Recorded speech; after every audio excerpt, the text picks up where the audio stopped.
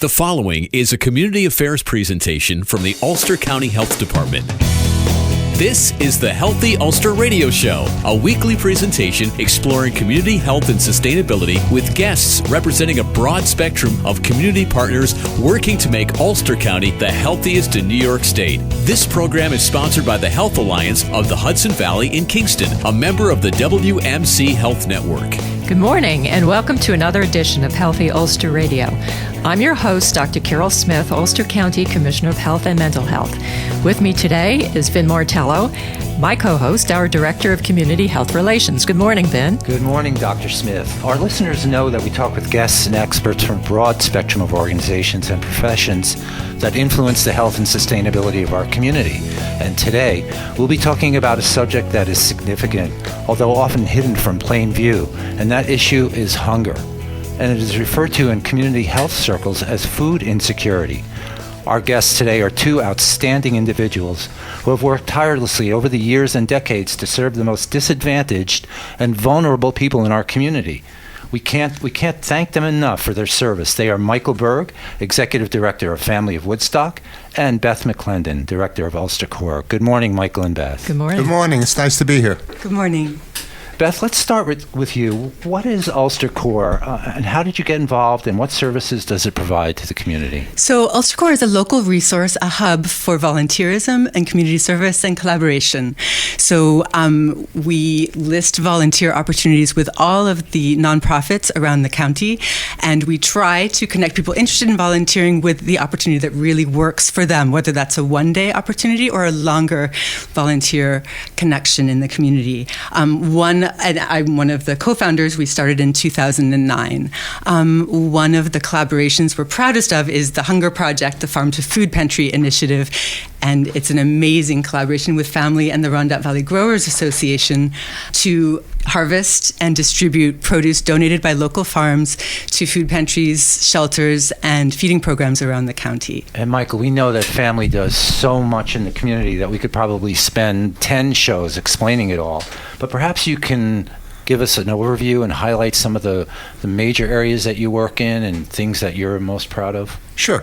Well, Family started as a community commitment to respond to the impact on the town of Woodstock of the rock festival that happened 115 miles away.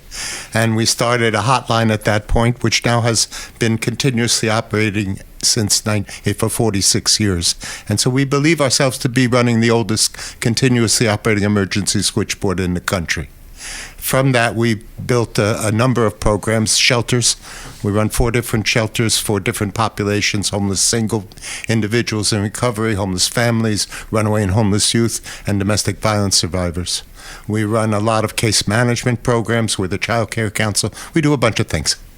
I know I had the opportunity to volunteer for Family years ago in the runaway shelter for teens, and I have to say it was a truly extraordinary experience. It was really a wonderful, wonderful program.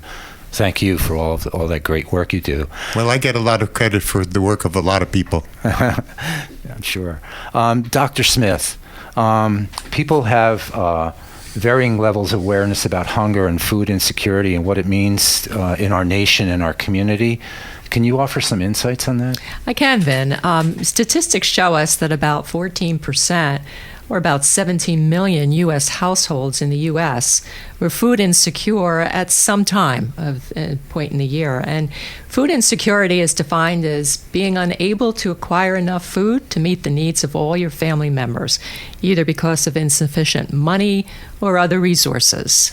It's estimated that about 5 million senior citizens in the U.S. face hunger due to their unique challenges, including health issues, fixed income, lack of mobility. And 84% of food insecure families, no surprise here, report purchasing the cheapest food which is available, which is often the least healthy, high in fat and sugar and calories. Here in Ulster County, about 11% of the population, or almost 20,000 people, are food insecure. And that's interesting. And our most current community health assessment survey backs that up as well. Michael and Beth, either can answer or both. We know that access to affordable, healthy food is critical to improving individual and community health. And we also know that Ulster County has a vibrant agricultural sector. In fact, it's the number 2 industry in Ulster County behind tourism. So how do you manage to connect those two things together in a meaningful way? We're very fortunate that we have a farming community which is very generous and committed to the well-being of our citizenry. And so we're able to go to those farmers to pick up excess produce that they have or additional produce that they can spare and to bring it to the pantries and food and feeding programs in the county. The county actually has 53 food pantries, which is a huge number for our county. And it speaks to how big an issue this is and how widespread it is. So, Michael, can you kind of go into a little bit of detail as to what the challenge is of getting fresh, healthy food from the farms, actually logistics of that, to the food pantries, what the obstacles, challenges are, and what progress has been made to date? I think that the biggest problem is that the pantries are, by and large, I mean, families' pantries in our walk-in centers are open all the time at the walk-in center. But most of the food pantries are only open 1 or 2 days a week for a couple of hours. So connecting to them, having the produce that's given to us remain fresh and of a quality that's worthwhile is the challenge. And we've worked it out now. What we found when we started to really study the problem was that the food pantries don't have any quality resources for storage. If they have a fridge, maybe they have a stand-up freezer, that's a lot. And that's not enough. So what happens is produce is donated from local farmers, and by the time it gets to the place where it's useful, it's lost a lot of its quality. So what we are doing as a collaborative is to develop a network of hubs, which will at a minimum have a walk-in cooler and often a walk-in freezer. And that will allow us to immediately put the donations into a storage area where they'll stay for the maximum amount of time. And so, and what we've been able to do as a result of starting to build these hubs is that food doesn't even have to go to the regional food bank to come back to our community, which saves a few days, which means a lot in terms of its freshness. The goal of our efforts is to serve the highest quality food as soon as possible, so that people are getting the most nutritional value. A second thing that we've done, and Beth and Ulster Corp have really helped tremendously with this, is that we're starting to process and freeze produce for the winter. Because if you look at it in the winter, what the food pantries have is very limited and often just high sugar content. So by providing fresh vegetables that are fast frozen and retain their quality, we've been able to serve much better food during the winter months, and that's one of our major goals. Interesting. It must be logistically very challenging when you have a county the size of Rhode Island to move food around to people who need it. Beth, what specifically does Ulster Corps do in this process? What role does it play in your volunteers? There are a few roles that volunteers can play, both helping to harvest the vegetables and produce, and as Michael said, helping with processing, helping with distribution. And Ulster Corps also plays a role using technology to help get the word out about what is available. So each week, sometimes multiple times a week, we send out an email to the pantries about what we have.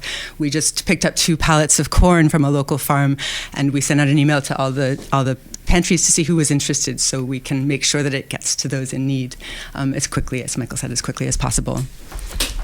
How do you typically get the word out to the community at large, to those who really could benefit from obtaining these foods? How do they find out, about the centers where they can go to obtain this food material?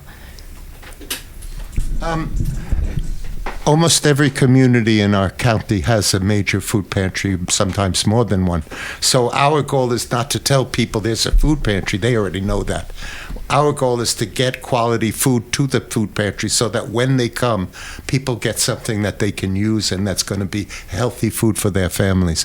We don't really have to struggle to inform the community about pantries. The community and those that need it already know. What we have to do is to make sure that what's available when they're open is the highest quality that can be. And we're doing that. I want to add, Beth doesn't give herself enough credit. She works tirelessly. It isn't just finding volunteers. She's running it. And we're really fortunate that she does.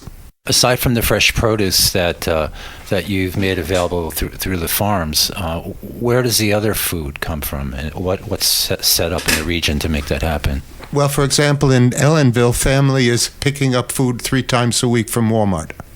And it's not generally produce, although sometimes it is, but it's other food that people need. We also often want to get the kind of things that people can't buy with food stamps, like paper towels and the stuff that they need to live. By providing food, that takes away some of the money that they would have to spend for that so that they can buy other things that they need, because food stamps will only pay for food.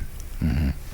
And of course, food drives are also a wonderful resource. We're just family of New Paltz was just contacted by the Elks, who asked us for a list of suggested items that they're planning to do a food drive with their golf event in September. So that's a wonderful way that local businesses could help us get more food for the food pantries. Are the food pantries generally are they open to everyone, or are there income qualifications, or how does that work?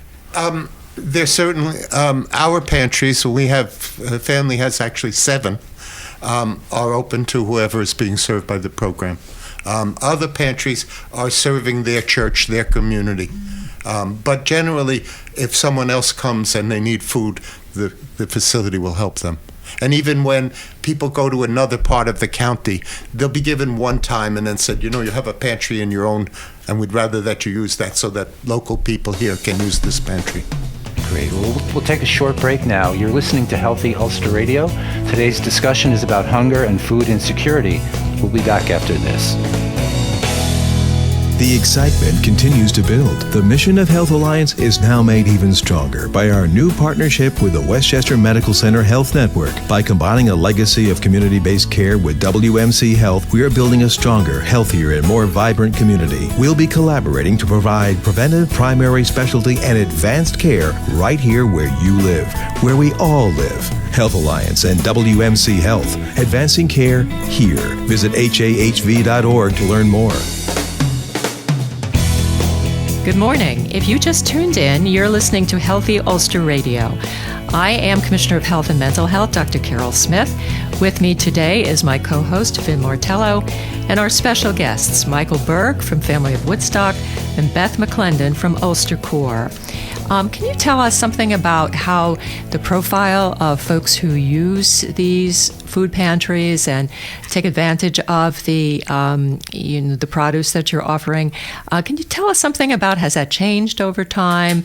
Who typically will come to a food pantry? Well, the image historically was poor people that aren't working. But that's really changed over time. And I'm sad to say that 54% of the people that go to the food pantries in our county are working. And one of the things that's have to happen, and the pantries have responded, whereas before they had hours on Tuesday afternoon from 1 to 3, now they're also providing hours after late afternoon into evening so that working people can still come. And I think people have to understand that we're in a tough spot. The county cost of housing is much greater than what the jobs that the county largely has pay. And as a result, people are paying 35, 40, 50% of their gross income to have a roof over their head for their children. And in that environment, they're looking to where they can save money, where they can find quality food that they wouldn't otherwise be able to afford for their families. That's what we're trying to address.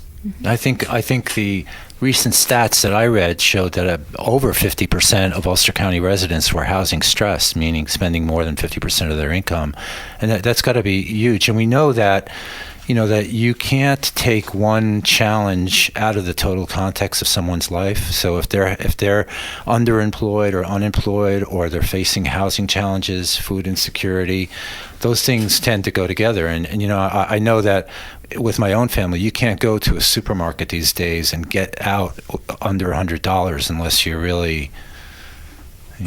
And what's sad is that somehow the cost of living hasn't increased. Yet you go into a supermarket and every week it's like $20 more. So I don't know how that is. I don't know what manipulation's being done because the government can't afford to do what it's saying it's going to do, which is to increase Social Security, for example. So we have a lot of seniors that are really struggling, and a lot of young families that are really struggling. And our county has the 6th highest number of people that are rent burdened, meaning that they're paying more than 30% of their gross income for housing, and 11th highest mortgage burdened, meaning that their mortgage is that much higher than they can afford. So we're struggling because of our proximity to the city and the fact that our housing is out of line with what our jobs pay. Mm-hmm. I think it's kind of a mixed blessing because I was former supervisor in the town of Marbletown, where 67% of the homes are second homes, which is a wonderful thing. You want to be a welcoming community and bring new folks in. But it speaks of another story, which is that young people and seniors and middle-class families are slowly being squeezed out of the community because they just can't afford the combination of housing costs, taxes, and all the other obligations that they have out there. It's very hard to find money to help people, but food is something that we are able to do. And there's a direct correlation. If you're getting quality food that you don't have to pay for, you can afford to pay for other things that your family needs. And that's the basis upon which the food pantries are working. We're very, lucky in this county to have such wonderful farms and farmers who are so generous with their produce, and who, in addition to feeding locally, certainly send produce down into the city and what have you. But so we also have to be very mindful of the fact that our farming community needs really to be protected. Farmers are starting to age out of their profession, as it were, and this is a vital part of our economy, is agriculture. So, we certainly need to embrace the farming community and thank them for what they do for all of us. I've been thinking a lot about this issue because family's so involved in it, and I have to say that as a society, if we were willing to allow farmers to take a real write-off for the food that they donate, they would plant another row. We could really significantly impact on hunger in our community if we would allow the farmers to have a decent return for what they're right now donating for virtually nothing. Mm-hmm. I think that's really critical, and I wish that as a society we would own that, because there are a lot of people that are hungry. There are a lot of people that aren't eating well, as Dr. Smith said earlier, spending the least that they can, which means the least quality food. It impacts on children's attention in school, people's ability to work hard. There are consequences to what we're doing, and we could fix that and help the farmers. Mm-hmm. And probably save money in the long run as well, because the costs at the end of the process of not eating healthy and nutritious food, or not enough insufficient food, is very costly. Well, certainly, in our department, and our role in the county is to protect the health of the community, to promote the health of the community, and all of these factors, all these socioeconomic factors, all play in very, very heavily to individuals' health and well-being, and the well-being and health of our children. So, we can't say enough about the importance that good, healthy, fresh fruit, vegetables, and other foodstuffs, what role that plays in the development of the child, of the prevention of obesity, which ironically tends to be higher in folks who may be buying the cheaper highly processed food items, as opposed to the much more nutritious food materials that we're talking about now. And, that's all part of the complex of what makes up good health for a community. I think we're truly fortunate to have, as you mentioned earlier, Michael, a farming community that's really committed to community. I mean, farming is a very difficult business. These people are working, probably 70 or 80 hours a week, trying to eke out a profit at the end of the day. And, I'm sure the developers are there saying, here's $5 million for your land, have a nice life. And it'd be very tempting for them to stop farming. But I think at least the family farmers I've spoken to are very committed to what they do. It's in their blood, it's in their heritage, and it's part of who they are as well. And I think that's really significant. The effort that we're making as a collaboration is building. Last year, that collaboration received 63,000 pounds of produce, and we're way ahead of it this year. And every day we're getting farms calling us, I have a half a liter of corn, and it's really wonderful to acknowledge the community that's being built as a result of their commitment. That's great. And I know some of the food pantries are doing some interesting things as well. In addition to having, and Beth, maybe you can speak to this, some of the free food market, farm market People's days. Place and the Food Bank have a wonderful free Food Bank farm stand every Tuesday at People's Place. And a couple of weeks ago, they did a Chef's Challenge salad edition where, they took the lettuces and peppers and corn and things that we've just been getting this summer, and had a challenge with different chefs and folks from the CIA and folks from the soup kitchens in the community, and had a competition to make salads with this. And it was a wonderful, wonderful event. Also giving out recipes of ways that the vegetables can be used. Well, I just read the YMCA. We'll have the director of the Y on another show, but they have a starfish program, they call it, and their children plant the vegetables and go out, watch them grow, then harvest them, and then they teach them, this is, how you can prepare good food with these fresh fruits and vegetables now that you've cultivated. And I think that's such an important step for the children of the community. A wonderful thing, we do that same thing at the Hodge Center in Midtown Kingston. They have a little garden. And now the kids are growing vegetables that they never knew existed before, and they're bringing them home and say, Dad, this is a turnip. What a wonderful thing. Right. And we're really opening their eyes to a much broader diet and a much healthier diet than they would otherwise have. Absolutely. Yeah, we're really fortunate to have to be in an active farming community, and also all the other wonderful things that we have in our community, and organizations to help pull it together, such as yours. And I know that in talking to our partners at the Health Alliance just recently, they mentioned that they have now begun to send some of their staff to some of the food pantries that are busy, or like People's Place and others, to do things like preventative screenings and nutritional counseling and those kinds of things. So they're even integrating more of the preventative services right into that community context, which is really terrific. We were talking before we went on about the fact that it's much more effective if the specialized knowledge can be brought to where the people are, and having a food pantry as a collection point works that way. So it's really good. It expands not only their nutrition but their vision of how to be healthy. And if people are interested in this topic of food insecurity, or all the things that you do, Michael, and with family and Beth with Ulster Core, how do they get personally involved? Where do they go? What do they do? So you can visit either the Family of Woodstock website or the Ulster Core website, familyofwoodstockinc.org, or Ulster Core, which is ulstercorps.org, to find out how you can volunteer.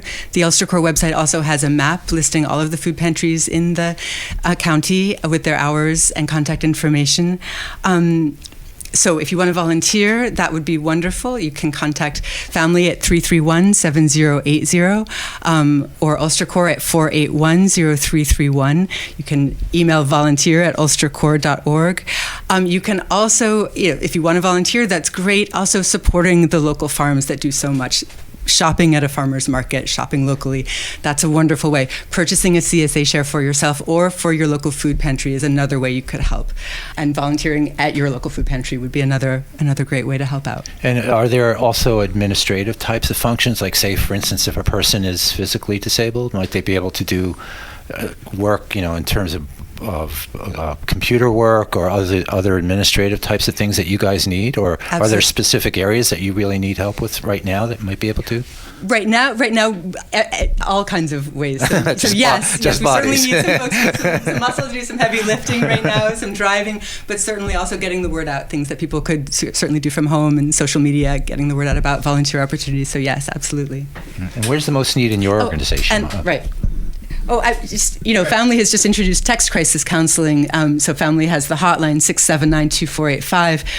You can also now text to that number for information and for help. That's so that we continue to be a resource to people as they no longer use the phone for a phone, which is hard for me because I only use the phone for a phone. I wanted to say that There are a lot of ways that people can be involved in our community, and we're rich in volunteer opportunities. So even if you don't want to do food, you could reach out to Ulster Corp. They have many, many different things that they can do. Family has many opportunities for people to help. It's wonderful to get involved in your community.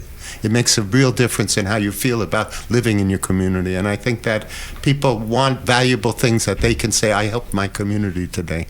It's truly, I think, one of the major assets and blessings of this community is the level of volunteer involvement in all of our municipalities and our nonprofits. It's community that walks the walk as well as talks the talk, and I think it's a wonderful thing. I think we both really want to thank the Bruderhof because they do so much. Absolutely. Every project, major project that's a volunteer project in our community, the Bruderhof are involved in. We just help with their help. We just finished renovating the garage behind the Darmstadt shelter to add an educational center for people that are homeless and for young people staying at the family inn that are homeless. Well, thank you so much, Beth McClendon from Ulster Corps, Michael Berg from Family of Woodstock. Your time and service to the community just speaks volumes about how much you care, and we certainly appreciate it. So thank you so much. And that's all the time we have for today's program. If you'd like to contact us with questions, comments, or for more information, send an email to healthyulsterradio.com. Tune in to Healthy Ulster Radio next week for more ways to keep your community healthy and strong. You've been listening to the Healthy Ulster Radio Show, a community affairs presentation from the Ulster County Health Department, sponsored by Health Alliance of the Hudson Valley in Kingston, a member of the WMC Health Network. Thanks for listening, and be sure to join us for another edition of the Healthy Ulster Radio Show next week.